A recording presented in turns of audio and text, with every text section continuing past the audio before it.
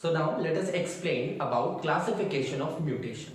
आप म्यूटेशन को इन सभी बेसिस पर क्लासिफाई कर सकते हो. Mutation could be classified on the basis of location, कि म्यूटेशन जीन में हो रहा है या फिर क्रोमोसोम में हो रहा है. उसके बेस पे हो गया वो क्रोमोसोमल म्यूटेशन या फिर जीन और also known as point mutation. So let us write that down. So on the basis of location, whether the mutation is taking place in the gene or it is taking place in the chromosome. इस base पे हो जाएगा या तो वो gene mutation या फिर chromosomal mutation. Gene mutation में एक ही जीन अफेक्ट होती है, इसलिए हम इसे पॉइंट म्यूटेशन भी कहते हैं. और सेकेंड है कि म्यूटेशन अगर क्रोमोसोम पर हो, that is known as chromosomal mutation.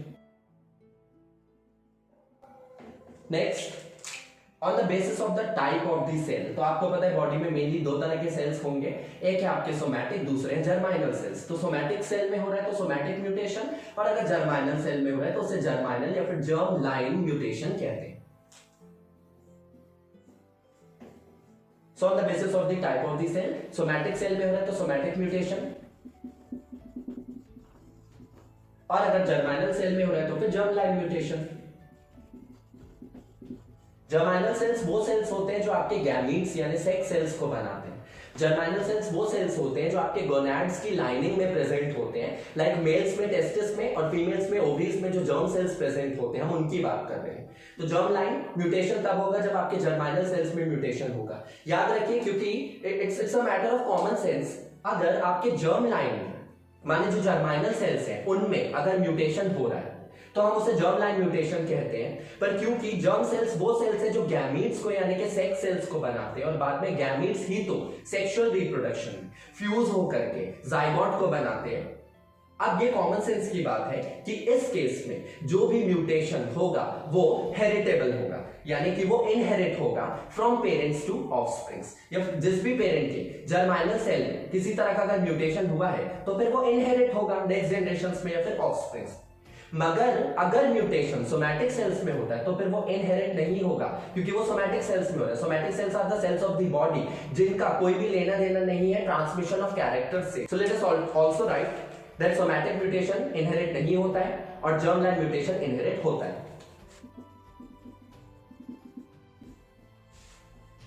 So inherit लिख करके मैं यहां पे क्रॉस लगा दे रहा हूं, व्हिच मींस इनहेरिट नहीं होगा,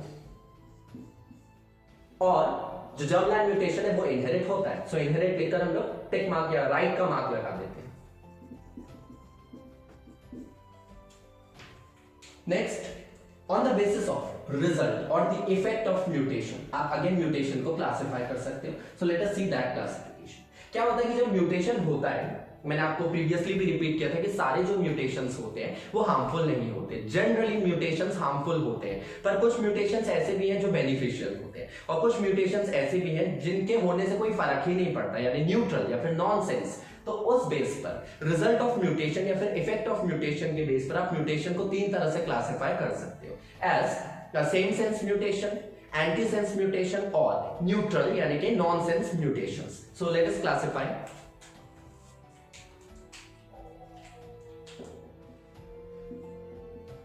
So on the basis of result of mutation, या तो म्यूटेशन से कुछ भी इफेक्ट प्रोड्यूस नहीं होगा तो उसे हम कहेंगे नॉनसेंस म्यूटेशन. मतलब इस तरह के म्यूटेशन से कोई इफेक्ट नहीं आएगा, कोई फर्क ही नहीं पड़ेगा. सेकेंड है आपका कि अगर म्यूटेशन होता है और उस म्यूटेशन से जो इफेक्ट प्रोड्यूस हो रहा है वो नेगेटिव है या फिर हार्मफुल है, जो इफेक्ट प्रोड्यूस हो रहा है वो किसी ना किसी तरह से हार्म कर रहा है इंडिविजुअल को, तो उसे हम लोग कहते हैं एंटीसेंस म्यूटेशन. और एक जो आपका थर्ड टाइप का होता है वो होता है यहां पर सेम सेंस म्यूटेशन, यानी कि क्या होता है कि म्यूटेशन के पहले जो इफेक्ट प्रोड्यूस था या जो इफेक्ट था, म्यूटेशन के बाद भी सेम वही इफेक्ट प्रोड्यूस हो, तो उसे हम कहते हैं same sense mutation. Same sense mutation को समझने के लिए आप एक एग्जांपल लीजिए. जीन्स जो होती है उन पर कुछ स्पेशल कोड्स होते हैं, उन्हें हम कहते हैं जेनेटिक कोड्स. वो जेनेटिक कोड्स ट्रिपलेट्स में होते हैं, यानी कि 3 के पेयर में या फिर 3 के पेयर में होते हैं जो एक स्पेसिफिक सीक्वेंस में अरेंज्ड होते हैं. एग्जांपल के लिए GAG, GUG, UUU, UUC, UAG, UGA, these are known as genetic codes. हर एक जेनेटिक कोड किसी ना किसी स्पेसिफिक अमाइनो एसिड के लिए कोडिंग करता है. बाद में हर एक जेनेटिक कोड से बनने वाला अमाइनो एसिड जुड़ करके एक लंबी चेन बनाता है, which is known as the protein, क्योंकि प्रोटीन जो होता है it's actually a polymer of amino acids. बहुत सारे अमाइनो एसिड्स जोड़ करके एक लंबी चेन बनाते हैं जिसे हम कहते हैं प्रोटीन। तो क्या होता है, जीन्स पर जेनेटिक कोड्स होते हैं, ये जेनेटिक कोड्स ट्रिपलेट्स में होते हैं, जैसे UUU, UGA, UAG, ये सारे जेनेटिक कोड्स हैं। हर एक जेनेटिक कोड किसी न किसी स्पेसिफिक अमाइनो एसिड के लिए कोडिंग करता है। तो आपको अगर सेम सेंस म्यूटेशन समझना है तो उसके लिए एक एग्जांपल कंसिडर करिए कि एक जेनेटिक कोड है, वो है GAG। This GAG codes for an amino acid which is actually glutamic acid. तो चलिए पहले इस कंडीशन को कंसिडर करते हैं। We are talking about same sense mutation. So there is a code which is GAG. This GAG is a genetic code which codes for an amino acid known as glutamic acid. तो ये GAG glutamic acid के लिए code करता है। मान लीजिए कि किसी म्यूटेशन की वजह से GAG के A पर, ये जो बीच वाला न्यूक्लियोटाइड है या फिर जो बेस है, नाइट्रोजीनस बेस है, इस A यानी इस A नाइट्रोजीनस बेस पर एक चेंज आ जाए और ये GAG की जगह GCG हो जाए, तो बीच में A की जगह C आ गया, बाकी तो सेम रहेगा, तो क्या बन गया, GAG की जगह GCG। मगर ये जो GCG है, ये GCG भी ग्लूटामिक एसिड के ही लिए कोडिंग करता है। अब डिफरेंस क्या हुआ, GAG codes for glutamic acid, GAG में म्यूटेशन हुआ, A पोजीशन A पर एडिनाइन की जगह C यानी कि साइटोसाइन आ गया, तो GAG की जगह ये GCG हो गया। अब क्या हुआ यहां पर, this GCG also codes for glutamic acid, तो same sense mutation.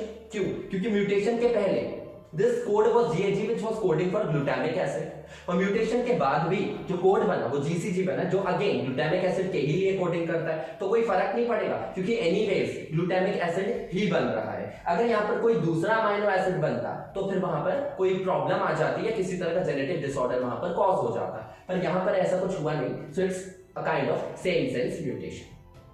So on the basis of result और इफेक्ट ऑफ म्यूटेशन आप म्यूटेशन को नॉन सेंस, एंटी सेंस या फिर सेम सेंस म्यूटेशन में क्लासिफाई कर सकते हो। Will detail this later further.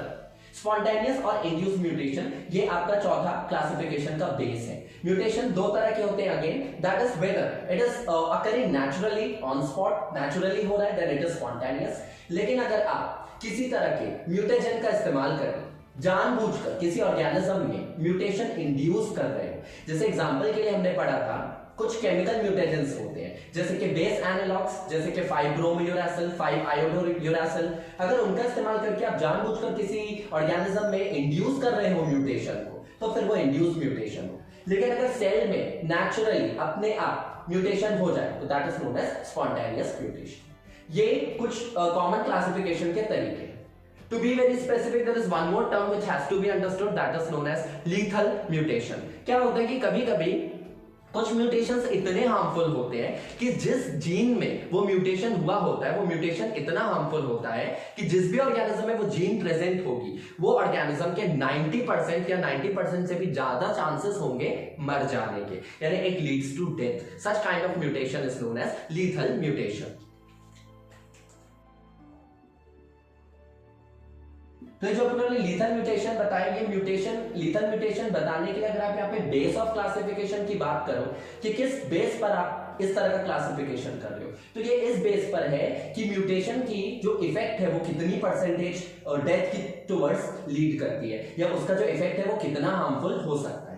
तो लीथल म्यूटेशन ऐसा म्यूटेशन होता है जिसके होने से अक्सर ऑर्गेनिज्म की डेथ के 90% से भी ज्यादा चांसेस रहते हैं। तो ऐसा ऑर्गेनिज्म जो किसी तरह की लीथल जीन कंटेन कर रहा है, जिसमें लीथल जीन म्यूटेशन हुआ है या लीथल म्यूटेशन हुआ है, तो उस ऑर्गेनिज्म के डेथ के चांसेस बहुत ज्यादा होंगे। सो this is all about classification of mutation. इस क्लासिफिकेशन से भी हमें सबसे ज्यादा डिटेल करना है type of on the basis of location of mutation आपने पढ़ा, जीन या फिर पॉइंट म्यूटेशन, और दूसरा है क्रोमोसोमल म्यूटेशन। तो जब इस तरह का म्यूटेशन होता है, यानी या फिर जीन या फिर पॉइंट म्यूटेशन और क्रोमोसोमल म्यूटेशन, इसकी डिटेल करना बहुत ज्यादा जरूरी होता है, बिकॉज ये हमें बहुत डिटेल में पढ़ना है। तो हम इन दोनों का फर्दर डिटेल करेंगे, यानी gene mutation and chromosomal mutation.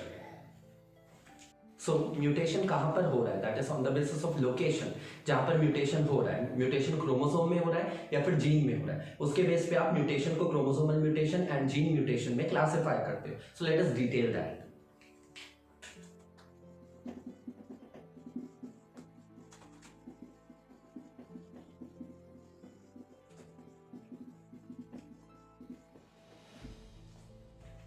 Chromosome में म्यूटेशन हो रहा है, सो क्रोमोसोमल म्यूटेशन, और अगर जीन में हो रहा है देन जीन म्यूटेशन और point mutation. Let's detail chromosomal mutation first. We already know अगर म्यूटेशन यानी जो भी चेंज आया है आपके क्रोमोसोम पर, अगर चेंज आ रहा है, क्रोमोसोम का फॉर्म, उसका स्ट्रक्चर, उसका जो कॉम्पोजिशन है, किसी भी चीज में किसी भी तरह का अगर चेंज आया हुआ है, that can lead to mutation. तो अगर वो चेंज क्रोमोसोम पर है then it is known as chromosomal mutation. तो क्रोमोसोमल म्यूटेशन को आप दो तरह से क्लासिफाई करके स्टडी कर सकते हैं. या तो क्रोमोसोम के फॉर्म में या फिर उसके स्ट्रक्चर में चेंज आएगा, या तो फिर उसके नंबर में चेंज आएगा. सो क्रोमोसोमल म्यूटेशन को आप क्लासिफाई करते हो into morphological chromosomal mutation and numeric chromosomal mutation.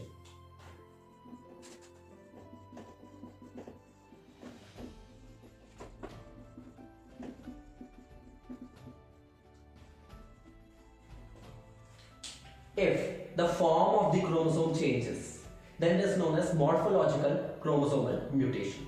Morph means form.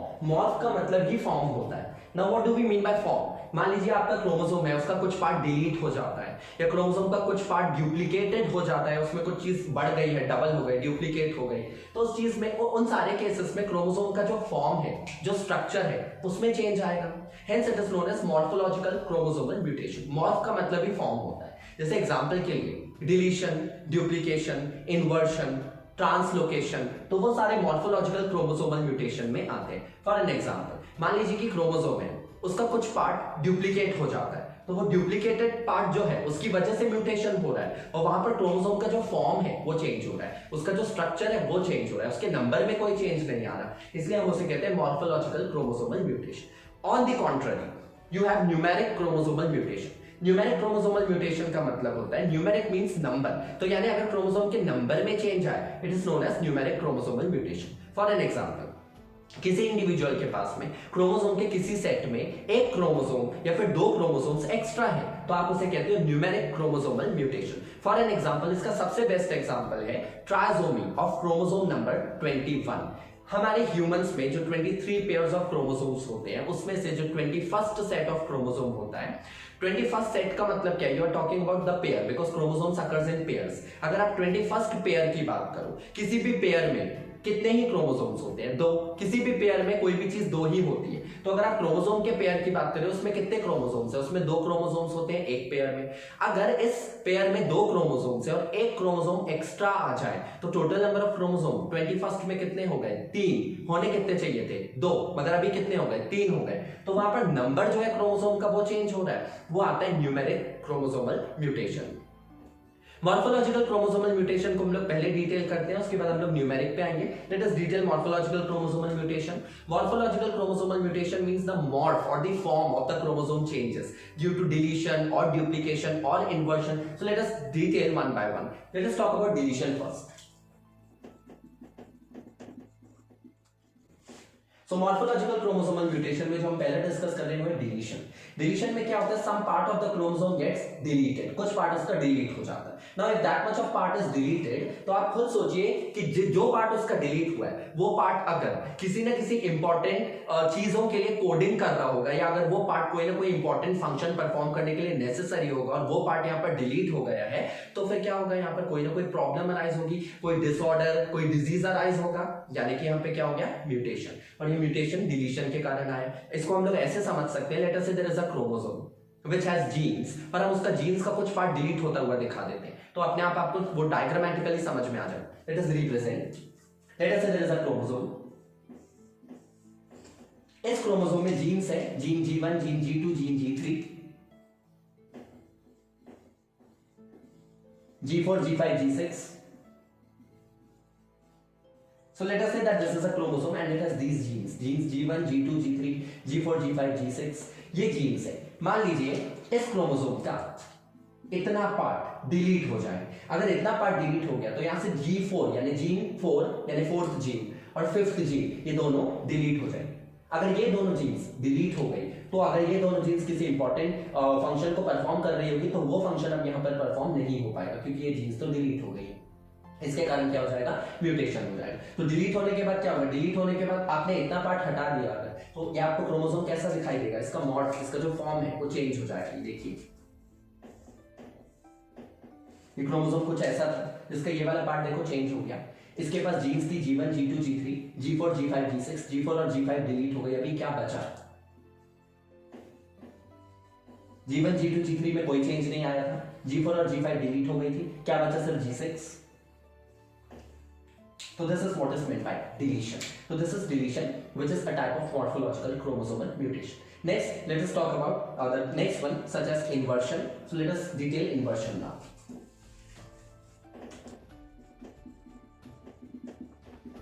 Inversion word का मतलब क्या है, किसी चीज का इन्वर्ट हो जाना। अगर क्रोमोसोम का कुछ पार्ट 180 डिग्री से फ्लिप हो जाए तो उसे हम लोग कहते हैं इन्वर्शन। जैसे कि एग्जांपल अगर हम लोग इसे फिर से रिप्रेजेंट करें, so let us say that there is a chromosome. So this is a chromosome. मान लीजिए इसमें जीन्स है G1 G2 G3 G4 G5 G6।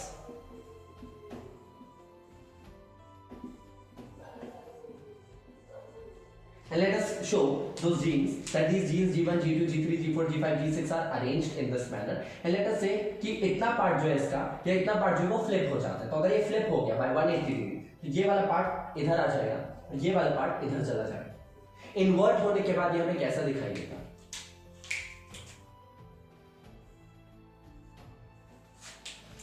Gene G1 G2 G3 में कोई चेंज नहीं आया था, G5 G6 G4 G5 G6 में चेंज आया था, G6 की जगह G4 चला गया। तो इस क्रोमोसोम का इतना पार्ट जो है वो फ्लिप हो गया, तो G4 की जगह G6 आ जाएगा और G6 की जगह G4 चला जाएगा, G5 बीच में था।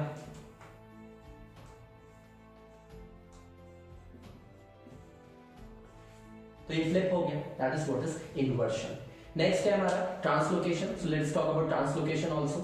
So now let's talk about translocation. Translocation में क्या होता है कि कुछ पार्ट जो है वो किसी दूसरे पार्ट के साथ एक्सचेंज हो जाता है, जिसके लिए आपको हमेशा दो होमोलोगस क्रोमोसोमल पेयर्स कंसीडर करने होते हैं, मतलब दो होमोलोगस क्रोमोसोम्स आपको लेने होते हैं। क्योंकि ट्रांसलोकेशन में क्या होता है कि एक क्रोमोसोम का कुछ पार्ट दूसरे क्रोमोसोम में चला जाता है। ट्रांसलोकेट होना मतलब अपनी जगह छोड़ के वो किसी दूसरी जगह में चला जाएगा। इसके लिए आप होमोलोगस पेयर बनाइए क्रोमोसोम का। So let us say that this is one homologous chromosomal pair. इसमें हम लोग जीन्स दिखा देते हैं G1 G2 G3 G4 G5 G6 और नीचे हम ले लेते हैं X1 X2 X3 X4 X5 X6, मतलब वो सारे जीन्स ही हैं एक्चुअली।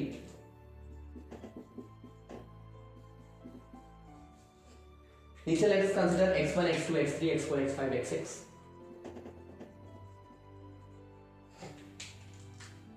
मान लीजिए जो ऊपर वाला क्रोमोसोम है इसका G4 और G5 अपनी जगह से हट करके नीचे वाले क्रोमोसोम में आ जाए। मान लो इतना पार्ट रिमूव हो गया, मान लीजिए G4 और G5 रिमूव हो गया। तो ट्रांसलोकेशन के बाद हमें ये क्रोमोसोमल पेयर्स कैसे दिखाई देंगे, let's make the same pair again.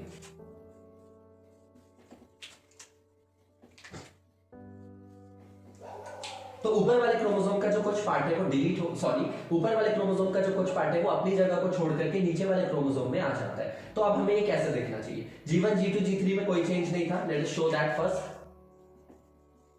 So G1 G2 G3 remains intact.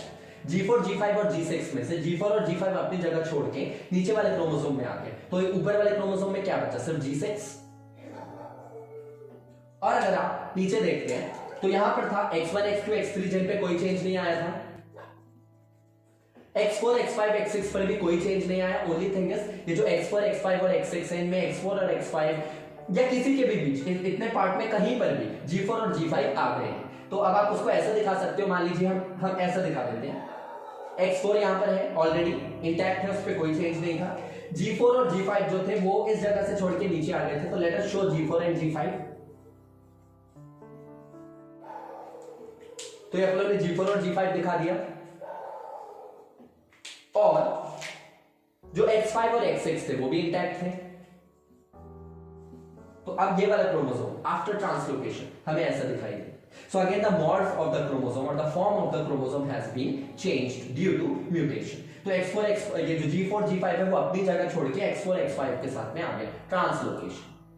अगर मान लीजिए कि G4 G5 अपनी जगह छोड़ के X4 X5 की जगह आ गए और X4 X5 अपनी जगह छोड़कर G4 G5 की जगह चला गया, तो इसमें क्या हो रहा है कि इसका पार्ट इधर आ रहा है और इसका पार्ट इधर जा रहा है. तो उस केस में हम उसे कहते हैं रेसिप्रोकल ट्रांसलोकेशन. रेसिप्रोकेट हो रहा है, इसका कुछ पार्ट निकल के नीचे आ गया तो नीचे वाले का कुछ पार्ट निकल कर ऊपर चला गया. That is reciprocal translocation. ये जो हमने बताया दिस इज कॉमन ट्रांसलोकेशन. तो हमने डिलीशन, इन्वर्जन एंड ट्रांसलोकेशन तीनों समझा दिए. नेक्स्ट एक और बचता है यहाँ पे, वो है डुप्लीकेशन. माने कुछ पार्ट जो है वो डुप्लीकेट हो जाता है. सो let us show that also. So the fourth one is duplication. Word से समझ में आ रहा है डुप्लीकेट होना. तो जो कुछ पार्ट है क्रोमोसोम का वो डुप्लीकेट हो जाता है. Let us show that. हम मान लेते हैं यहां पर एक क्रोमोसोम को, ये है क्रोमोसोम. इस पे जीन्स है, gene G1 G2 G3 G4 G5 G6.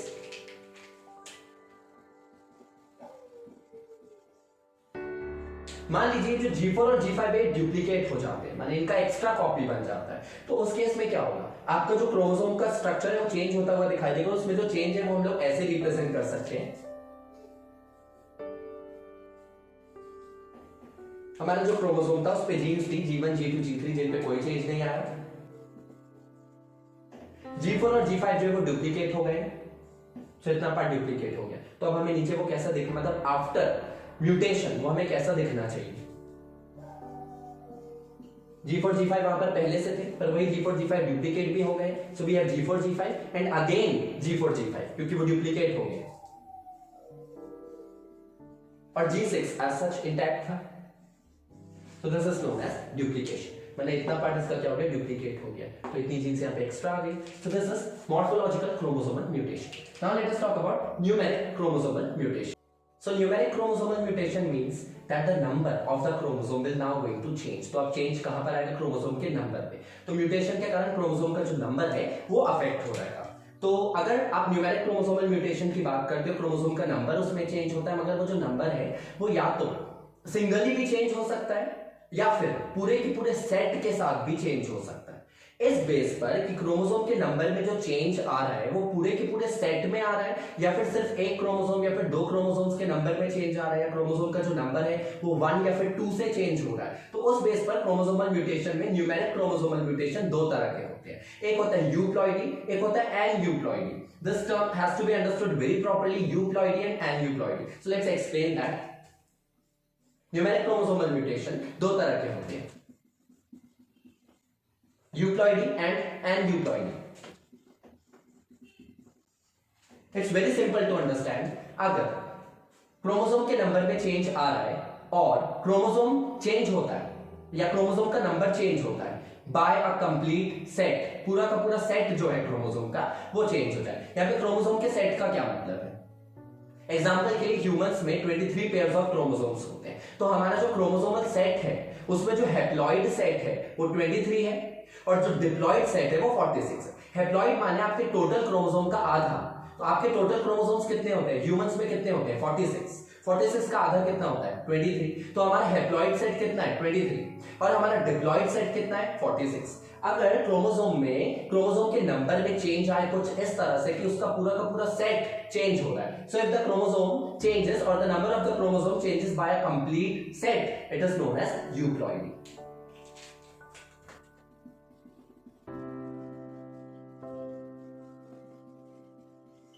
तो मैंने यहां पे लिखा that chromosome number changes by a complete set, पूरा का पूरा जो सेट है वो चेंज होगा.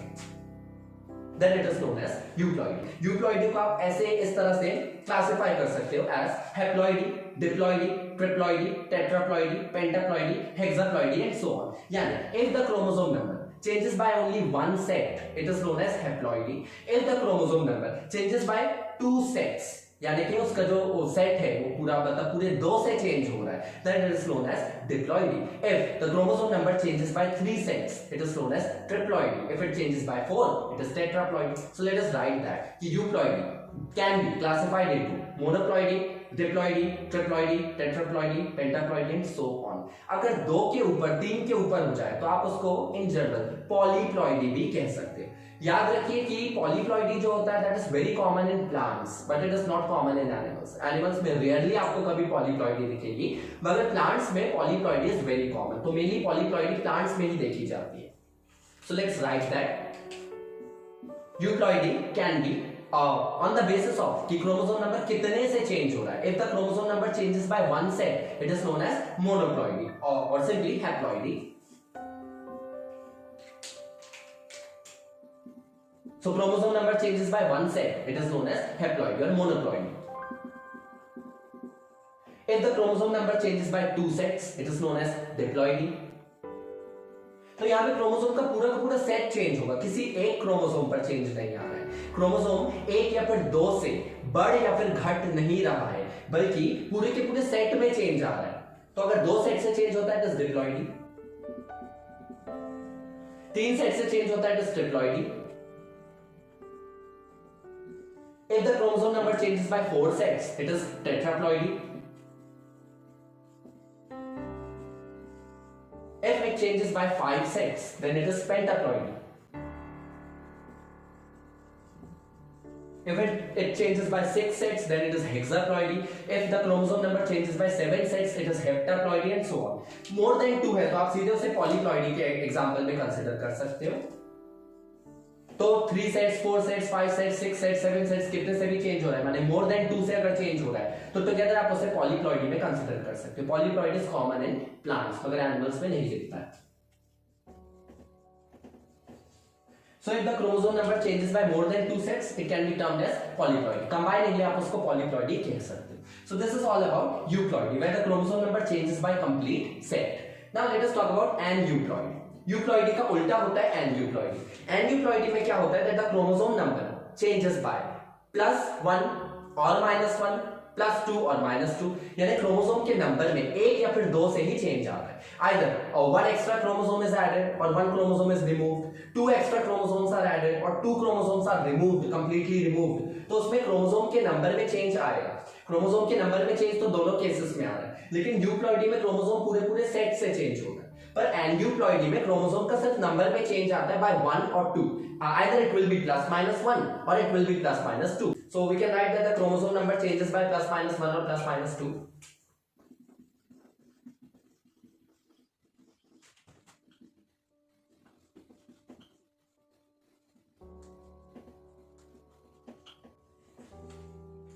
So in case of aneuploidy, chromosome number changes by +-1 or +-2. So let us detail that also. If chromosome number changes by +1 or -1, let us explain +1 and -1 first.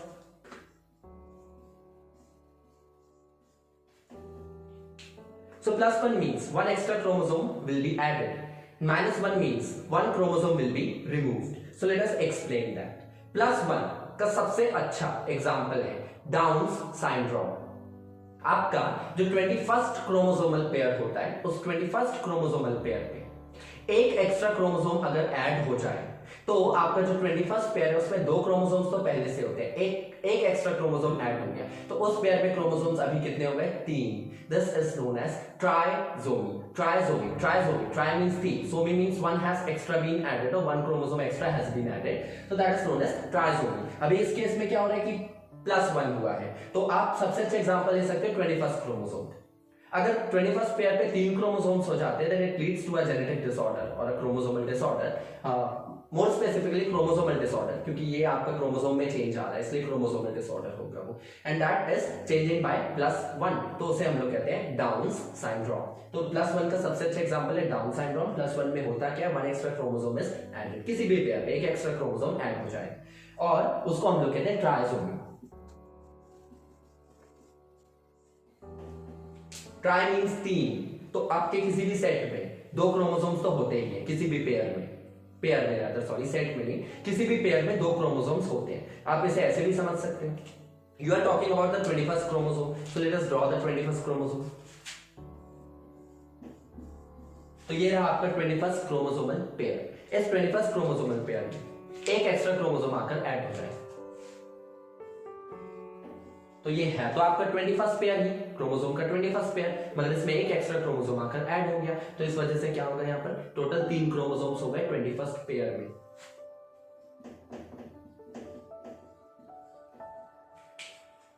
Chromosome 2 की जगह 3 हो गए, it is known as trisomy.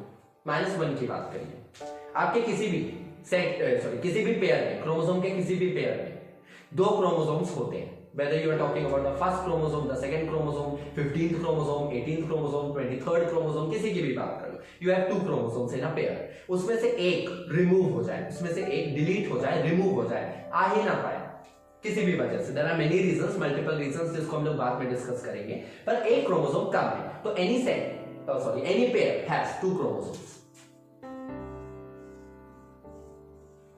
and out of these chromosomes, these 2 chromosomes, let us say that one of them gets deleted.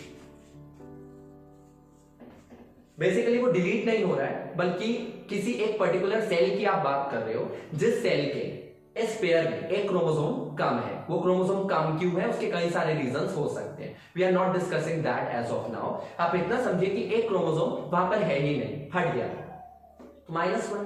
पहले से वहां पे 2 होते पर एक हट गया है, तो -1। अभी यहां पर कितना बचा, एक ही बचा है, तो एक के लिए हम लोग मोनो वर्ड यूज करते हैं, तो टर्म क्या होगा, monosomy. So if the chromosome or one extra chromosome is added, it is known as trisomy, but if one chromosome has been removed, it is known as monosomy. Next, let us talk about +2 and -2. If the chromosome number changes by 2, where 2 extra chromosomes are added. Example 21st page की हम लोग बात कर रहे थे, हमने बोला था वहां पे एक एक्स्ट्रा क्रोमोसोम ऐड हो गया था, एक की जगह अगर हम यहाँ पर 2 एक्स्ट्रा क्रोमोसोम्स ऐड कर दें, तो इस पेयर में टोटल नंबर ऑफ क्रोमोसोम्स कितने हो जाएंगे, 4। तो अभी पेयर में होने कितने चाहिए थे, 2, मगर अभी कितने हो गए, 4। देन 4 के लिए हम लोग टेट्रा वर्ड यूज करते हैं, तो what term we will use, tetrasomy. So now it is known as tetrasomy. And if the chromosome number changes by -2, माने कि किसी भी पेयर में 2 क्रोमोसोम्स होते हैं, -2 माने दोनों के दोनों हट जाए, दोनों के दोनों वहां पर है ही, मतलब वो पेयर टोटली एब्सेंट है, तो उसे हम लोग कहते हैं नलिसोमी। नलिसोमी माने नल, नल मतलब 0, कुछ है नहीं, कुछ बचा ही नहीं। इसे आप ऐसे एग्जांपल ले लीजिए, let us say that there is one pair of chromosome, और ये जो पेयर है इसके दोनों ही क्रोमोसोम्स डिलीट हो जाते हैं, या वहां पर आते ही नहीं, हट गए किसी भी वजह से, तो क्या बचा, कुछ नहीं, नल, 0, तो उसे हम लोग क्या कहते हैं, नलिसोमी। नल मींस 0, नील, कुछ नहीं बचा है।